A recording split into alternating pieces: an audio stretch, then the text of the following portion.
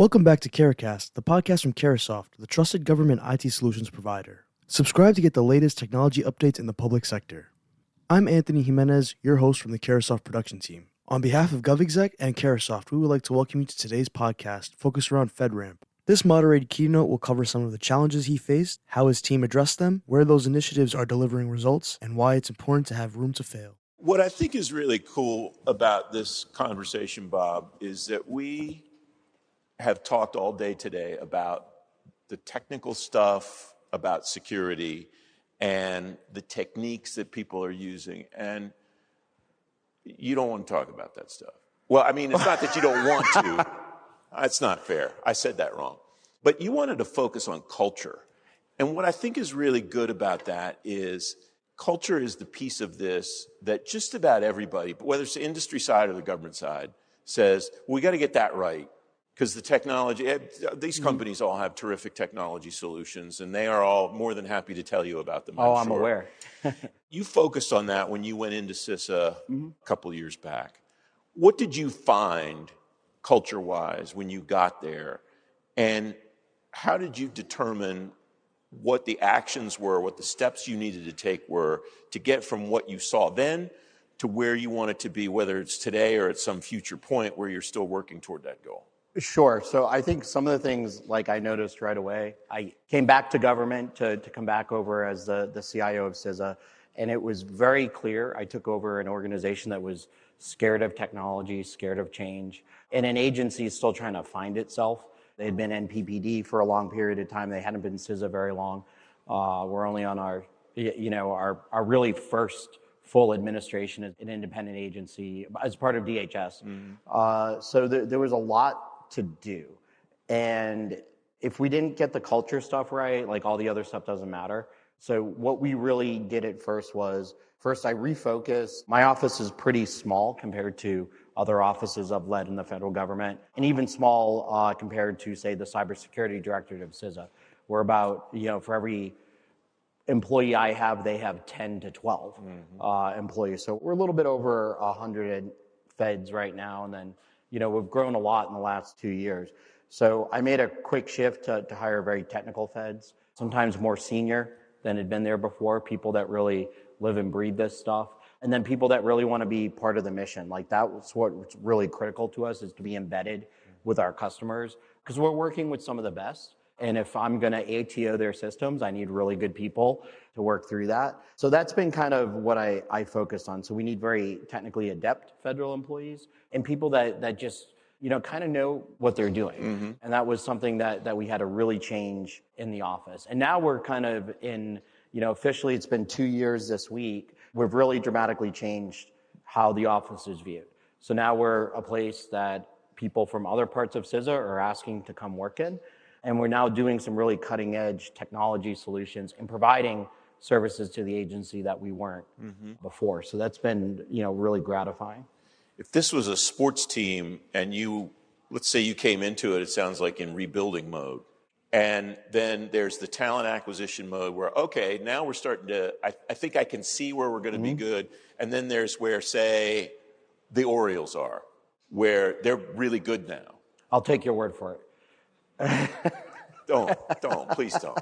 Best record in the American League, by the way. Sorry. But I'm an IT guy. Well, at least you didn't say I'm a Yankee fan, which would mean this Red conversation would, that's not bad.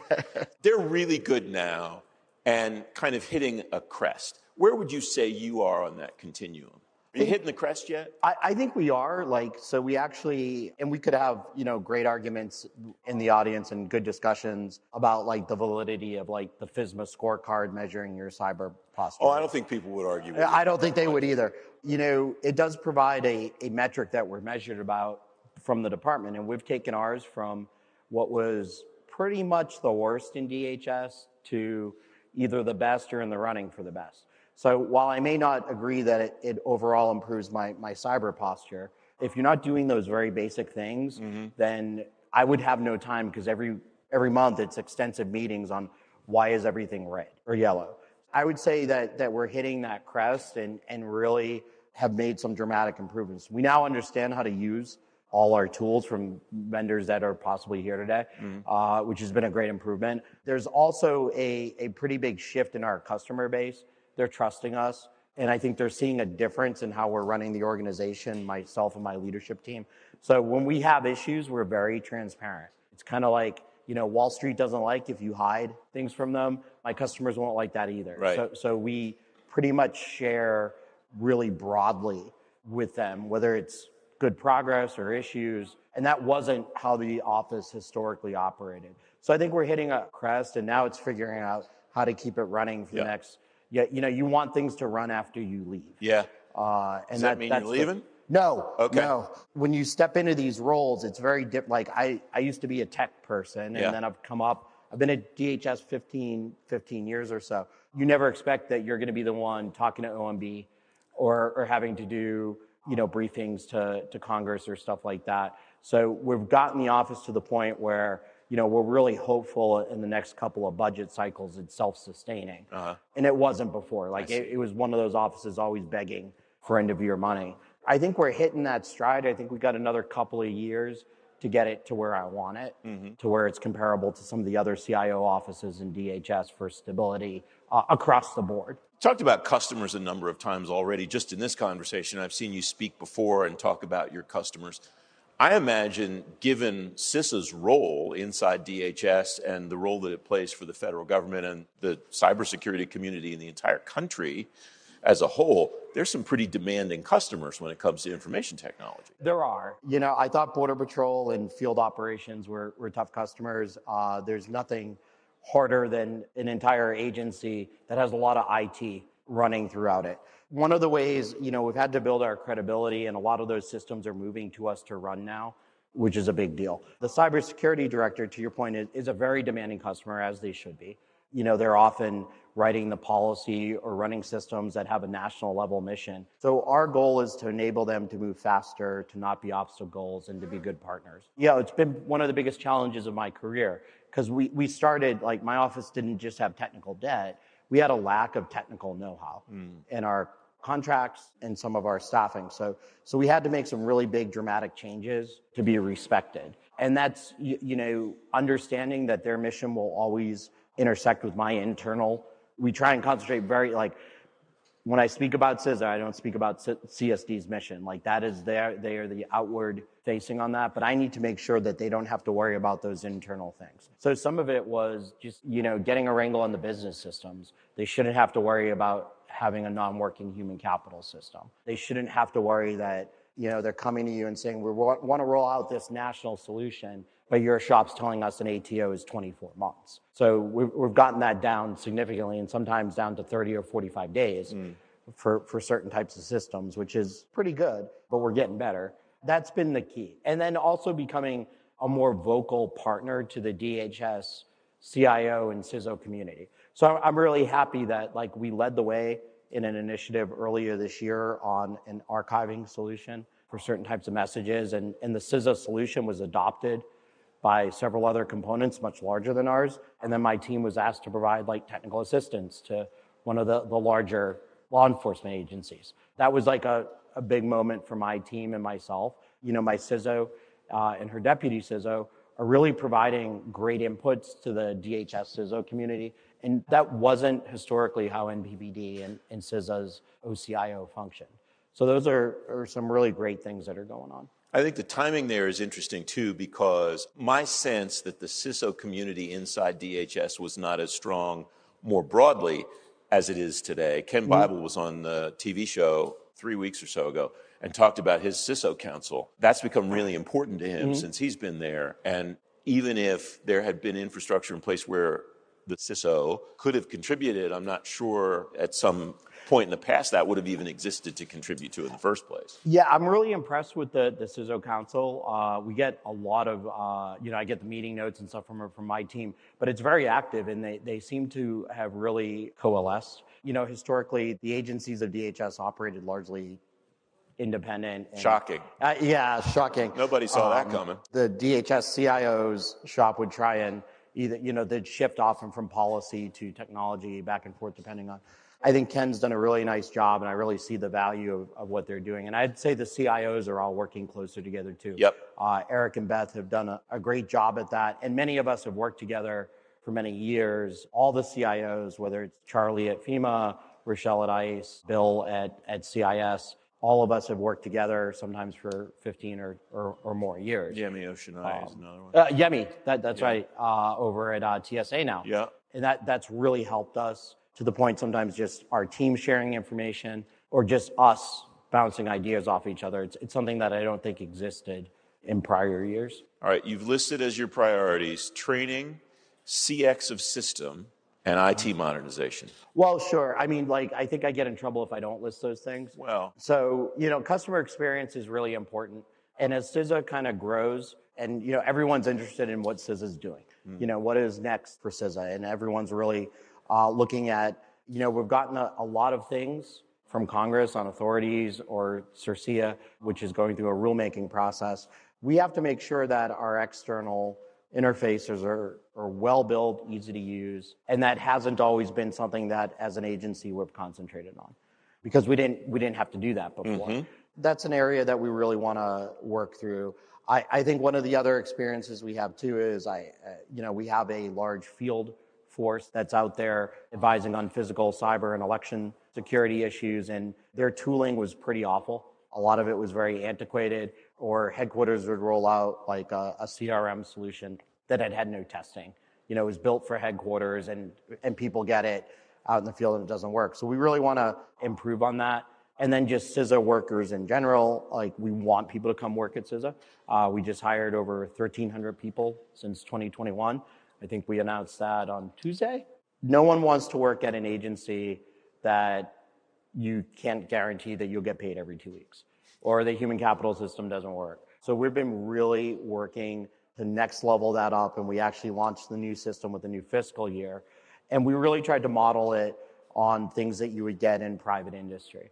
Like, it should be largely automated if you want chat, if you want to submit tickets, and things like that. We don't have that today.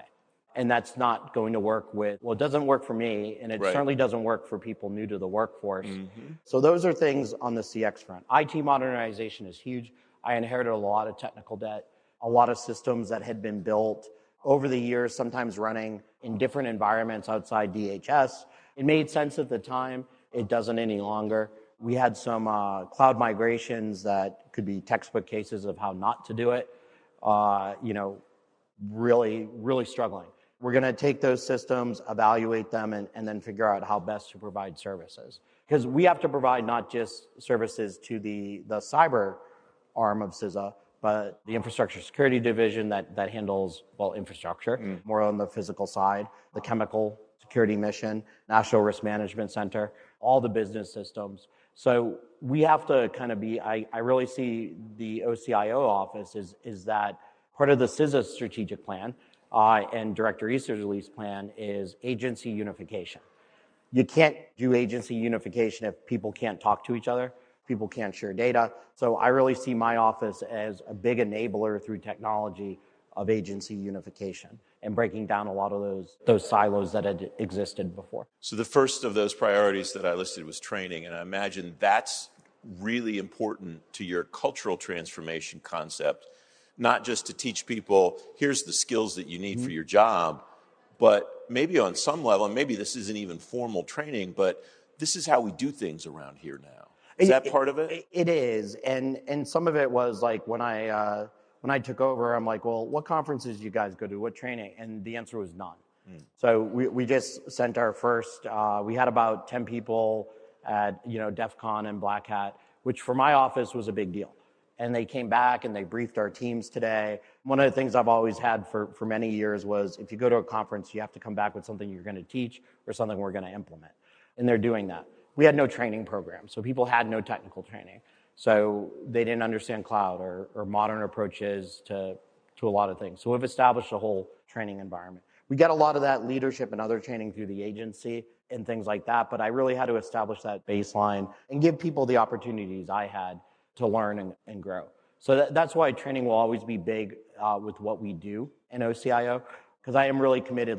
We have to be the best across all areas. And that's working with our partner community too, whether it's OEMs or our contract partners that are staff augmentation are actually doing a lot of the technical work. I need people that understand contracting and be experts in it to make sure that we're effective on the government side as well. It's always a two-way street if a contract's performing poorly. Yeah.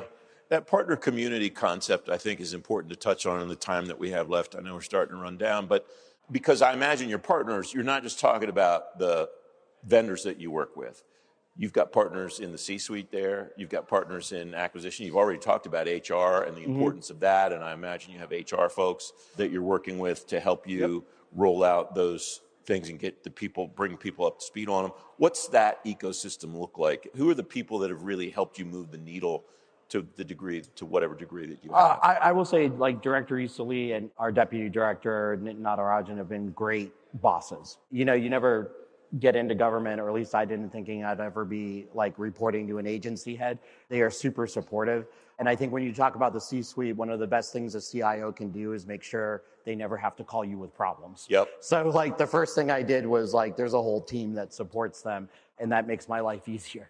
But they've been very supportive of our initiatives and our approaches to correct things. I think we have a great mission enabling suite of leaders. So I have a very strong partnership with our Chief of Contracting Operations. We actually tend to talk multiple times a day. We actually have like syncs at like 8 or 9 o'clock at night this time of year to get stuff done. And that's vitally important. One of the areas that we're working to improve is to make sure that's spreading beyond us so that our teams are doing that too. So again, that we can continue to leave a better agency than when we took over. Regarding people, another guest on the TV show a couple of weeks ago was Charlie Armstrong. You mentioned Charlie a couple of minutes ago. He's going to be dipping into the cyber talent management system to bring people in. Is that something you see on the horizon for you? It is. We're actually using it pretty extensively in my office and in CSD.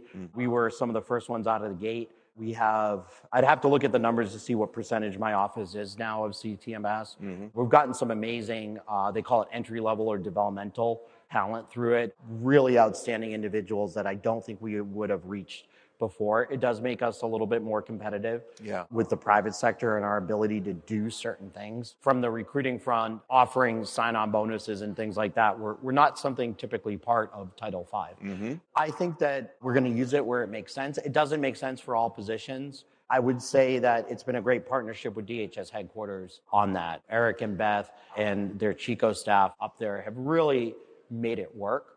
It's gone quite well. Like I'm quite happy with how it's going for it. Whenever a new personnel system stands up in the government, it's hard. I think this took DHS 7 years after they got the authority to stand it up. You're not going to know in a year if it's working. It takes a long time for these things. But I think by and large, we're doing pretty good. We'll go back to culture as we talked about at the beginning. How do you, or how does one, measure whether the culture is moving to the degree that you want it to move, whether the efforts that you're undertaking are successful? I think it's like with anything, and to your point, we have probably early in the day, a lot more vendors here. Like any vendor will tell me this tool or solution will solve all your problems. Right. Well, how do I measure that? Because it probably created 10 more problems along the way. What gets measured gets done is one of the things I live by, metrics that matter. I think when you look at, I try and only concentrate on myself. Like it's not my job to tell the CFO how to do their job. I think one of the things is people asking to work here. People asking, come over there. We see change. We see things going on. We see things going better than it did. That's a measure, maybe not quantifiable, but it's there. I think some of the other ways too is when you're a CIO or an IT shop, when people are saying, I would rather give you money than do it myself, that's probably the hallmark of that you've arrived. And that was something that we started with Border Patrol in 2012. They had a lot of what would be considered rogue IT. When we left, myself, Rochelle, Phil Lanfried, Beth Capello, and others, we couldn't stop them from sending money to address their IT needs. That's where I'd like to get is when it's, instead of us running a rogue solution, we want to come to you to get it done. An old Washington soliloquy, follow the money. It's a good sign when it's coming to you. Exactly. Robert Costello, it's great to talk to you very much. So much, Francis. Thanks for doing it. Thank you. Thanks for listening. Don't forget to like, comment, and subscribe to Caracast, and be sure to listen to our other discussions. If you'd like more information on how Carasoft can assist your organization, please visit www.carasoft.com or email us at fedramp@caresoft.com. Thanks again for listening and have a great day.